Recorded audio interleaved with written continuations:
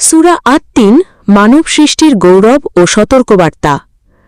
কোরআনের ৯৫ নম্বর সূরা আত-তিন মানব সৃষ্টির মহত্ব ও পরিণতি সম্পর্কে গভীর শিক্ষা প্রদান করে। মাত্র ৮ আয়াতের এ সংক্ষিপ্ত সূরায় আল্লাহ তাআলা তিন, জায়তুন, সিনাই পর্বত ও মক্কার শপথ করেছেন। এর মাধ্যমে তিনি মানুষকে স্মরণ করিয়ে দেন আল্লাহ তাকে সৃষ্টি করেছেন সর্বোত্তম গঠনে। কিন্তু হাদিসে বর্ণিত আছে, ঈমান ও সৎকর্ম ছাড়া মানুষ নেমে যায় সবচেয়ে নিচু স্তরে।